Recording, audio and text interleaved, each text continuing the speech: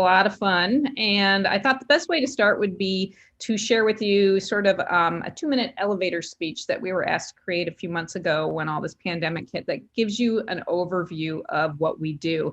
And I'm choosing to do the video because I've incorporated a lot of photographs and some action shots and stills from actual things that we've done in the program, and pictures worth 1,000 words. So we're going to start there, and then we'll take you through some of the more pragmatics of the program.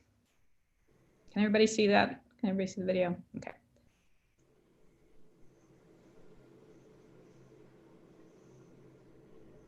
Hi, I'm Amy Roop, and I'm the Department Chair of Art Education. And I'm sitting in my studio today, and I want to talk to you a little bit about art education at CCS. At CCS, we really embrace this idea of teaching as an art.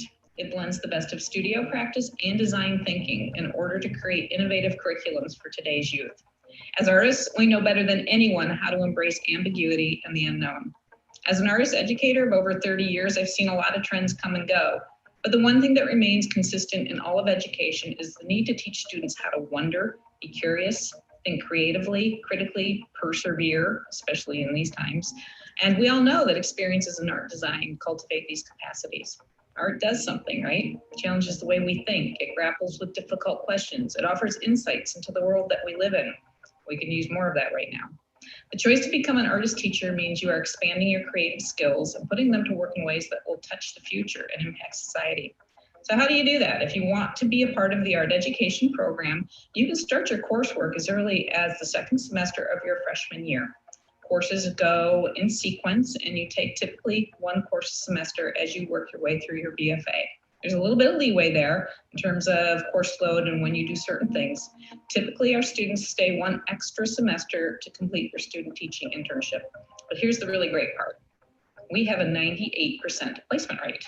So coming out of college, you generally can be placed in a school right away. It can be private, it could be public. We have students who go into museums. We have students who are teaching in other countries. Michigan has a reciprocity with most other states, so you are not bound to just Michigan. We are a family in the art education community, well, all of CCS, but art education is special because we get people from different backgrounds, different majors, and all of that knowledge base kind of comes together to blend into a really exciting group of people who are excited about how to make the art of learning something special for future students. I'd love to talk with you more. Please feel free to reach out, email me, you can call me. Can't wait to meet you in person on campus. Thanks for listening. Okay, so that is a very brief overview, sort of concise overview. And so now we'll tease apart some of those things a little bit, if I can make my slideshow go. There we go. So the art education faculty and staff, you are getting to meet myself this evening, and my name is Amy Roop, and I was in K-12 education for quite some time before deciding to become a teacher of teachers. So I have 24 years of experience being an artist and a teacher before I became a professor. So I'm coming with a lot of bag of tricks, and I absolutely love teaching. It is the most rewarding thing in the world. As I said in the video, I see it as an art form. You're creating encounters for people, just like your art teachers did for you in high school. Carolyn, I'll let you introduce yourself. Are you there? Yep, I'm here. I can't Hi, see you. My name is Carolyn Forgas. I'm glad to be with you here tonight. Again, I work for the Art Education Department, and I'm the person that helps you along through this process of the coursework, making sure all the requirements are made, and also I help place the student teachers when that time comes into elementary and secondary schools. So I do have a BFA from CCS in graphic communication a long time ago, but I'm also certified through CCS. So I came back as an older student and got my certification K-12 and taught in the classroom and absolutely loved it, and then have an opportunity now to work on the other side. And I help certify students like yourself if you do choose to come through our program. So look forward to meeting you, seeing you at some point soon, hopefully. We also have 3 amazing adjunct instructors with extensive K-12 classroom experience. all the way K through 12, and that's Wendelin Wilson. And she currently works, what county does she work in, Carolyn? Wendelin works in Chippewa Valley. Chippewa Valley as a high school teacher. Christine Broderick, who is retired, but she does all the supervision. So she comes out and watches you teach when you're student teaching. And she also teaches one of the upper level methods courses. And Terry Kafalis, who's new to us, and she's also amazing with 20 plus years, 25 years of experience. And she teaches, again, one of the required art education courses. And they're all wonderful. We're a great team and we all support each other. So we have a good time. Why won't it forward? There we go. I guess I have to click it. So our missions and program learning outcomes and curriculum mission, we really combine an internationally recognized BFA program with dynamic and innovative teacher prep courses. The mission is to produce the finest artists in their respective fields, and the art education department prepares teacher candidates to be leaders in diverse educational settings and communities. So you go through a really rigorous program with us to learn the art of teaching while you're simultaneously getting your BFA. And one of the things that's really important to me is that you are using your teacher lens in my course while you're actually becoming an artist or refining your artist skills in your BFA. So it's a very complementary program. And having that really solid art background really empowers you to do innovative things when you enter that K-12 classroom. And we're all about best practices on both sides of the fence. So our program learning outcomes are pretty succinct. We want to prepare you to design and deliver age-appropriate K-12 visual art and design curricula that addresses the needs of a rapidly evolving and technologically based society. We're living it right now. Everything is very different and new. And so part of teaching is really putting that creative hat on and learning how to meet the needs of an unknown future.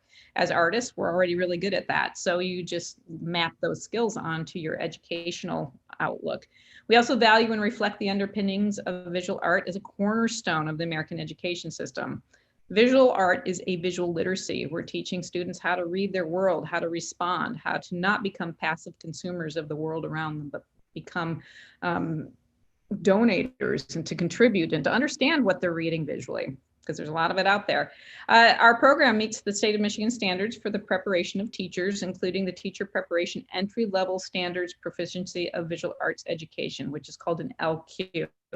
And it also covers the standards for reading instruction. Michigan requires reading in the content area, so that's what Christine teaches, and it's slanted towards visual arts, of course, and working with children's book, but that is part of Michigan's MDE standards. Beyond the academic curriculum, CCS art education candidates will do a service learning project. They are in service to the community and it results in future community leaders. We really get you having a lot of experiences, not just in classroom, but in community settings, museum settings, if possible, alternative settings, so that you are really totally prepared to be an art leader in whatever field you end up going into. So our curriculum is pretty comprehensive and it's sort of peppered throughout your BFA. This isn't something you do separate, you do it in tandem with. So the tier 1 or before you are really getting into your art education courses are the first two, which is educational foundations and history, and then the human development courses. And these, I believe, Carolyn, these also both count for liberal arts classes. Is that true? Yes, they do. Yep, they are counted as electives. So they're counted as sort of electives or liberal arts classes that can go towards your liberal arts requirements. And once you get to tier 2, you're getting into the professional program where you're really diving deep into the methods courses and content stuff. But as you can see, I have over here on the right-hand side, this is just for example, I have advertising, design, and art education. And this looks very similar for most majors, but you'll see you can start that first semester or second semester freshman year. And that's where you take the first course, which is with me, because I like to have everybody right off bat and get everybody excited and get to know everybody so that I can support you throughout the program. And then these are peppered throughout as you continue throughout your program. We've deliberately tried to leave that senior year a little bit lighter because we understand that students are working with their thesis and they may need that focused time to work on their final BFA work. You will also notice, and this was mentioned, we have that extra semester of student teaching. And that happens after all of your other coursework is done, because it's more or less a full-time job and you're out in the schools 8 weeks in an elementary position and 8 weeks in a high school position. And it's after that that you become certified for your certificate for teaching in the state of Michigan. There are other things that are included in that, like taking a test and other requirements that we can talk about in questions later. But that gives you a nice overview of the sort of track that this goes and how these things intersect with each other. In every single class, regardless of which one it is in art education, we have you making art. Art is a catalyst for thinking. And when you're thinking about designing things, you're thinking about how those things translate into curriculum design. So no matter what you're doing, we are always creating art. It doesn't separate from your BFA. Sometimes we have opportunities where some course that you're doing in your BFA can intersect with a particular course, and those pieces of artwork can translate over and become merged into that. I really like that idea of cooperating and combining the different kinds of things that we all do. And one of the amazing parts of this aspect of things, because you're all coming from different backgrounds, everybody responds to the questions and the assignments very differently, which broadens your perspectives about how you might teach concepts or ideas once you get into public school.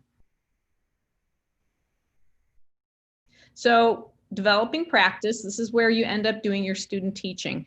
During that time, you have what's called seminar, and seminar is once a week. And when you're out there in the field and you're student teaching with your cooperating teachers and your other classmates who are in different schools, you come to my class seminar, and we really kind of break down and deconstruct what's happening. We share our ideas. I prepare you for job interviews. We go over resumes. We go over all the steps for MDE and how to apply for your certificate, so that you're really prepared to make that transition from being a student teacher into the profession of teaching.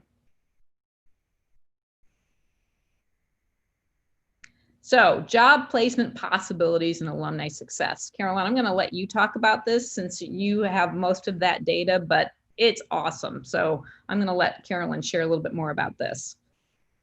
Okay, yes, we are proud to say that we have a 98% job placement rate. You know, teaching is needed in Michigan and beyond. Again, lots of things happening right now due to COVID, but we still have our graduates from May found jobs. So there are openings there in public, private, charter schools. Again, Amy mentioned museums and other areas. We do have some students who stay in Michigan. Others that decide to go to different states. We have one student that is in the Miami area, and then we have 2 students that went outside the country this year.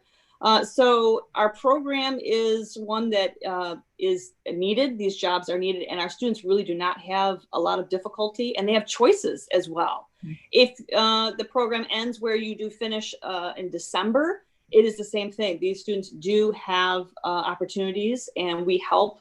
I have connections to many, many different districts. And a lot of them will reach out to us first before they even post jobs. And they'll say, hey, do you have a student who has a little bit of photography experience, or it has 2D or 3D? We're looking for someone, and they'll be very specific about their jobs. So we can connect a lot of students to schools right away. So that's exciting for us. Yeah, it's very exciting. We get sad when we can't offer somebody because everybody we've got another group coming. Hold on. So I came across this data the other day, and I thought it would be interesting for people who are thinking about perhaps going in this direction. And teacher shortages are definitely providing opportunities. And again, with the pandemic, there were a lot of people who retired early, so there are even more opportunities out there than there were before. And boy, do students need good teachers right now. And I thought it was very interesting that Michigan was ranked number 8 in opportunities. So apparently it is abundant. This particular website, you can see at the bottom, really kind of disaggregates all that data, and you can go check it out if you want data on other states that you might be interested in. But it kind of gives you an average salary, low to high. So that's not so bad these days. And there are a lot of openings, as Carolyn was just saying. So our contact information, as we mentioned before, my email address is aroop@College for Creative Studies.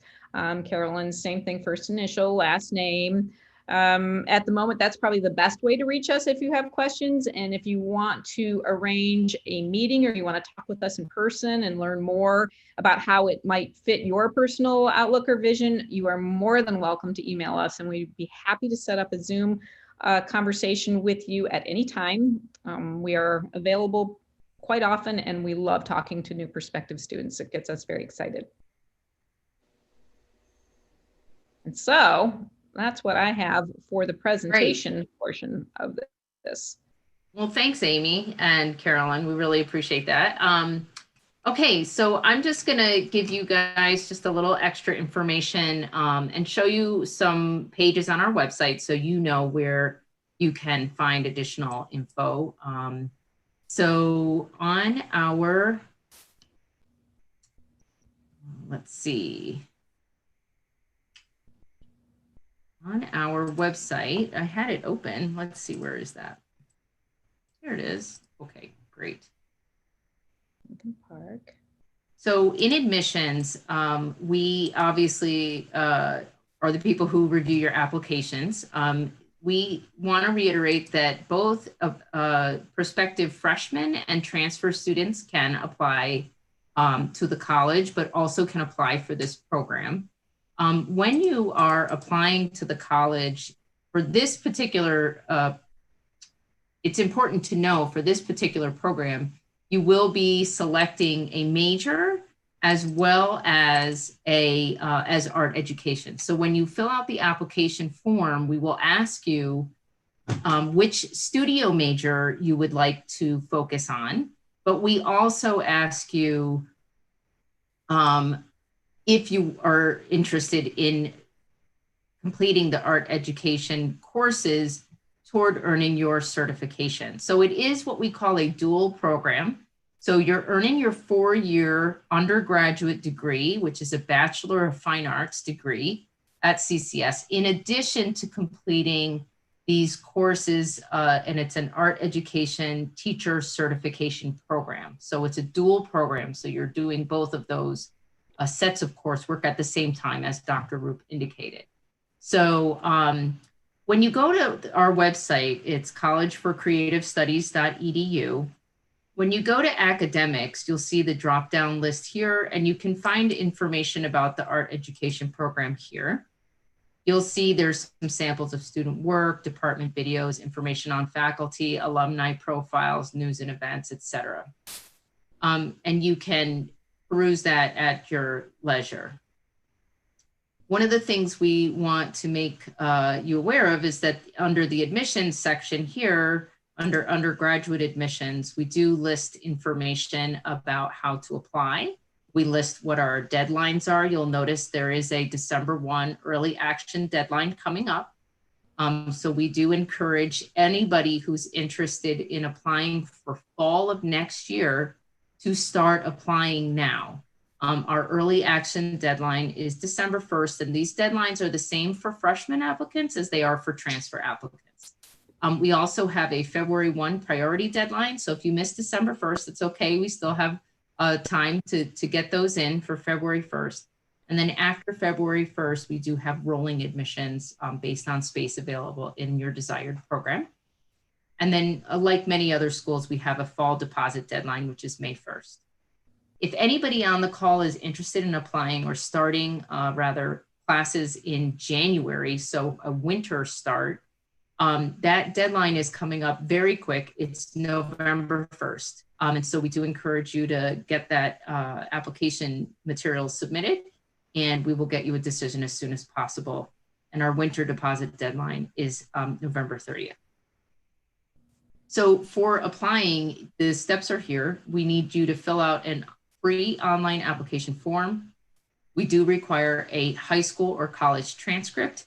And you should be aware that we know you have classes in progress and you may not have grades for this semester yet. That's perfectly fine and perfectly normal. We know that. Everybody else is in the same position.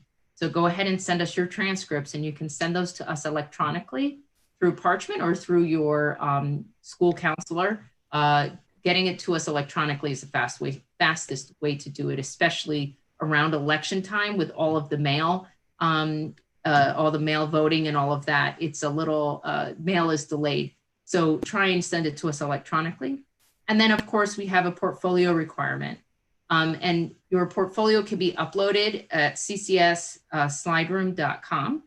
But if you have questions around our portfolio requirements, that's also on this page right here. And the portfolio requirements is a really cool video by Brandy Keeler, one of our awesome admissions counselors. But there's also some great detail about what we're looking for in a portfolio, some explanation around which majors require drawing in the portfolio. In the center here, only 4 of our majors require drawing in the portfolio, and then the very specific requirements for our concept design program.